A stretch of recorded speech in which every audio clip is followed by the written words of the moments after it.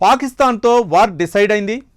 మే 9వ తేదీలోపు పాకిస్తాన్పై భారత్ అటాక్ చేయబోతోందా? పాకిస్తాన్పై సైనిక చర్య ఖాయమా?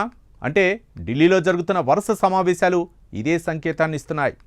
పెహల్గాంలో ఉగ్రవాద దాడి తర్వాత వ్యూహరచనలో కేంద్ర ప్రభుత్వం బిజీగా ఉంది. ఇప్పటివరకు ఆచితూచి అడుగులు వేసిన కేంద్ర ప్రభుత్వం ఇప్పుడు జెట్ స్పీడ్తో దూసుకెళ్తోంది.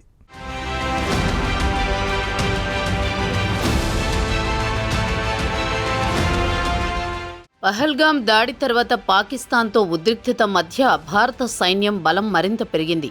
దీని వెనుక కారణం రష్యా నుండి వచ్చిన ఆయుధం. ఇది శత్రు సైన్యం డ్రోన్లు, యుద్ధ విమానాలను గాల్లోనే నాశనం చేస్తుంది.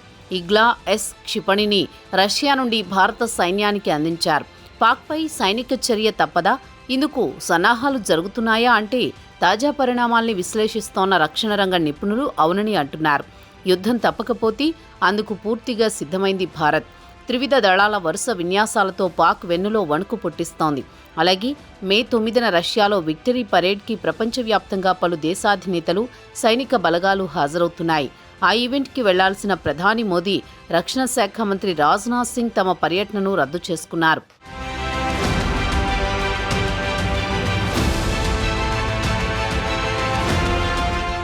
ఒకవైపు పాకిస్తాన్ సైన్యం ఆయుధాలు కరువై అల్లాడుతోంటే మరోవైపు భారత్ మాత్రం ఆయుధాలను సమకూర్చుకుంటోంది. ఈ క్రమంలోనే యుద్ధ విమానాలు, చాపర్లు, డ్రోన్లను కూల్చే షార్ట్ రేంజ్ వెపన్స్ను మరింత పెంచుకునే ప్రయత్నం చేస్తోంది భారత్. ఈ క్రమంలోనే రష్యా నుండి ఇగ్లా-ఎస్ క్షిపణి భారత సైన్యానికి అందించింది.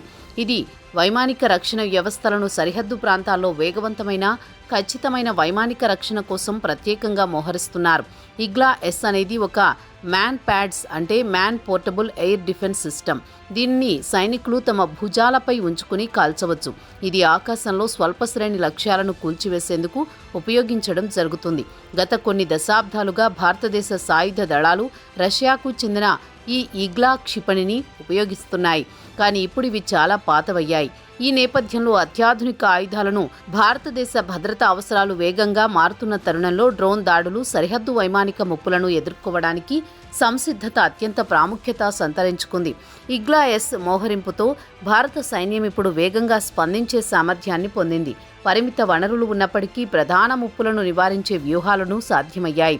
ఇది డిఫెన్స్ ఇన్డెప్త్ అంటే లేయర్డ్ సెక్యూరిటీ సిస్టమ్ను అమలు చేయడంలో సహాయపడుతుంది.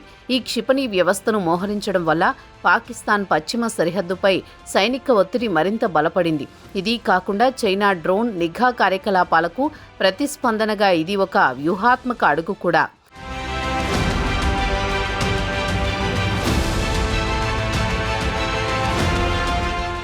పుల్వామా దాడికి పాకిస్తాన్కు భారతదేశం తగిన సమాధానమిచ్చింది. అప్పటి నుండి భారత వైమానిక దళ బలం, దీర్ఘశ్రేణి క్షిపణులు, వైమానిక రక్షణ పరంగా గణనీయంగా పెరిగింది. బాలాకోట్ దాడి తర్వాత ప్రవేశపెట్టిన రాఫెల్ జెట్లు లక్ష్యాలను ఖచ్చితంగా ఛేదించగల క్షిపణులతో అమర్చారు. పుల్వామా దాడి తర్వాత పహల్గాంలో జరిగిన ఉగ్రదాడిని అతిపెద్ద ఉగ్రదాడిగా పరిగణిస్తున్నారు. ఈ కారణంగా ఈ దాడికి సంబంధించి ప్రధాని మోదీ నిరంతరం army chief, air chief, navy చీఫ్లతో సమావేశమై చర్చిస్తున్నారు. ఈ దాడి ఏప్రిల్ 22న జమ్మూ కాశ్మీర్లోని పహల్గాంలో జరిగింది. ఈ దుర్ఘటనలో ఉగ్రవాదులు పర్యాటకులను లక్ష్యంగా చేసుకున్నారు. పర్యాటకులపై కాల్పులు జరిపారు. 26 మంది మరణించారు. అదే సమయంలో చాలా మంది గాయపడ్డారు. పహల్గాం దాడి తర్వాత ప్రధాని మోదీ యాక్షన్ మోడ్లో ఉన్నారు. ఏప్రిల్ 29న జాతీయ భద్రతపై ఒక ముఖ్యమైన ఉన్నత స్థాయి సమావేశాన్ని నిర్వహించారు. ప్రధాని, రక్షణ మంత్రి రాజ్నాథ్ సింగ్, ఎస్ఎస్ఏ చీఫ్ అజిత్ ధోవల్, త్రివిధ దళాల అధిపతులు, సిడిఎస్ జనరల్ అనిల్ చౌహాన్ ఈ సమావేశానికి హాజరయ్యారు. ఈ సమావేశంలో ఉగ్రవాదులు, వారి వెనుక ఉన్న వారిపై కఠిన చర్యలు తీసుకోవడానికి సైన్యానికి పూర్తి స్వేచ్ఛను ఇస్తున్నట్లు ప్రధాని మోదీ ప్రకటించారు. సైన్యం ఎప్పుడు కావాలంటే అప్పుడు, ఏ విధంగా కావాలంటే ఆ ఆపరేషన్ నిర్వహించుకునే స్వేచ్ఛ ఉందని ప్రధాని స్పష్టం చేశారు. దీంతో త్రివిధ దళాలు దూకుడు పెంచాయి. దీంతో పాకిస్తాన్ వెన్నులో వణుకు పుడుతోంది.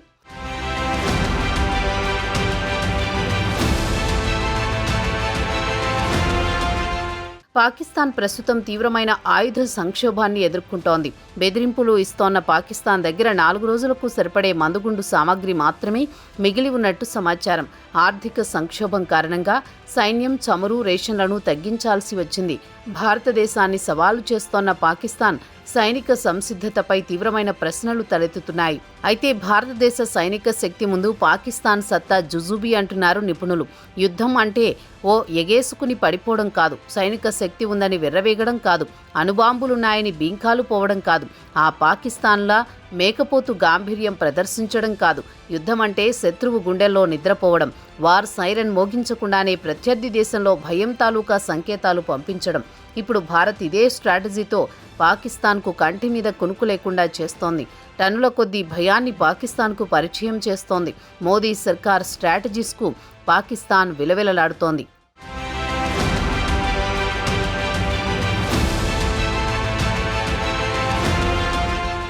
పెహల్గాం దాడుల తర్వాత భారత్ తీసుకుంటోన్న చర్యలతో పాకిస్తాన్ గజగజా వణికిపోతోంది.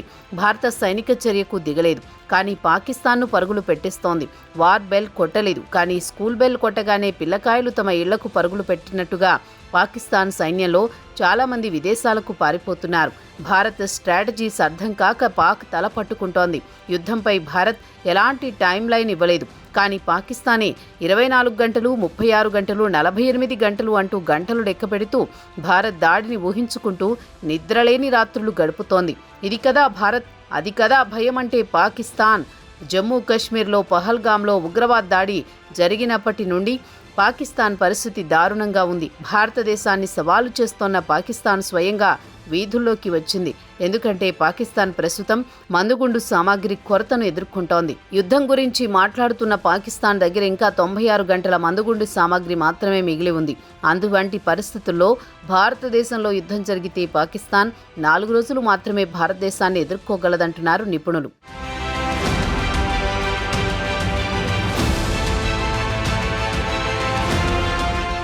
ఒకవైపు పాకిస్తాన్ నాయకులు భారతదేశాన్ని యుద్ధానికి బెదిరిస్తున్నారు. మరోవైపు పాకిస్తాన్ సైనిక సన్నాహాలపై తీవ్రమైన ప్రశ్నలు తలెత్తుతున్నాయి.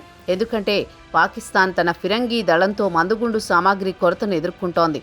పాకిస్తాన్ సైన్యం 4 రోజులు మాత్రమే యుద్ధం చేయగల సామర్థ్యాన్ని కలిగి ఉంది. దీని తర్వాత పాక్ సైన్యం మందుగుండు సామాగ్రి లేకపోవడం వల్ల మునుపటిలా లొంగిపోవడం ఖాయం. అయితే భారత్పై సైనిక శక్తి ముందు పాకిస్తాన్ ఎక్కడా కనిపించదంటున్నారు. పాకిస్తాన్కు 4 రోజులు యుద్ధం చేయగల సామర్థ్యం ఉందని నిపుణులు చెబుతున్నారు.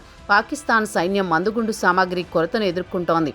పాకిస్తాన్ సైన్యం దగ్గర ట్యాంకులు నింపుకోవడానికి కూడా ఇంధనం లేని పరిస్థితి ఏర్పడింది.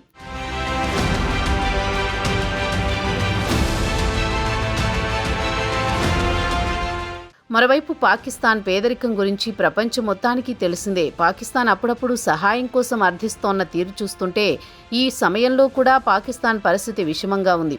భారతదేశంతో గొడవ పడుతోన్న పాకిస్తాన్ ఆర్థిక పరిస్థితి చాలా దారుణంగా తయారైంది. వారి విదేశీ మారక నిల్వలు అయిపోయే అంచున ఉన్నాయి. సైన్యం చమురు, రేషన్లను కూడా తగ్గించాల్సి వచ్చింది. దిగజారుతున్న ఆర్థిక పరిస్థితి కారణంగా పాకిస్తాన్ సైన్యం అనేక యుద్ధ విన్యాసాలను నిలిపివేసింది. పెట్రోల్, డీజిల్ లేకపోవడం వల్ల సైనిక వాహనాలు పని లేకుండా పడి ఉన్నాయి. ఈ పరిస్థితుల్లో పాకిస్తాన్ చైనా నుండి 40 VT-4 ప్రధాన యుద్ధ ట్యాంకులను ఆర్డర్ చేసింది. ప్రస్తుతం పాకిస్తాన్ వద్ద 350 VT-4 ట్యాంకులు ఉన్నాయి. కానీ అవి భారతదేశ సైనిక శక్తి ముందు బలహీనంగా ఉన్నాయి.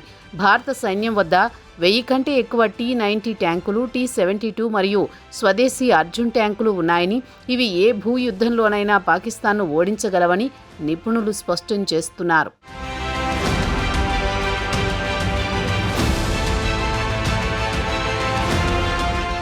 పహల్గాం టెర్రర్ అటాక్ తర్వాత భారత్ పాకిస్తాన్ల మధ్య ఉద్రిక్తతలు పెరుగుతున్నాయి. ఇరు దేశాల మధ్య ఉన్న ఫలంగా యుద్ధం వస్తే ఏంటి పరిస్థితి? భారత్తో పాకిస్తాన్ ఎన్నాళ్ళు పోరాడగలదు? ఉక్రెయిన్ రష్యా యుద్ధంలా అది ఏళ్ల తరబడి కొనసాగుతుందా? దీనిపై కొంతమంది నిపుణులు తమ అభిప్రాయాన్ని స్పష్టంగా చెప్తున్నారు. నిజంగా యుద్ధం వస్తే పాకిస్తాన్ 4 రోజులకు మించి యుద్ధరంగంలో నిలబడలేదని చెప్తున్నారు. పహల్గాంలో జరిగిన ఉగ్రదాడి తర్వాత ఇండియా, పాకిస్తాన్ దేశాల మధ్య వైరి వాతావరణం పీక్స్కు చేరింది. ఇప్పటికే సరిహద్దులో యుద్ధ వాతావరణం నెలకొంది.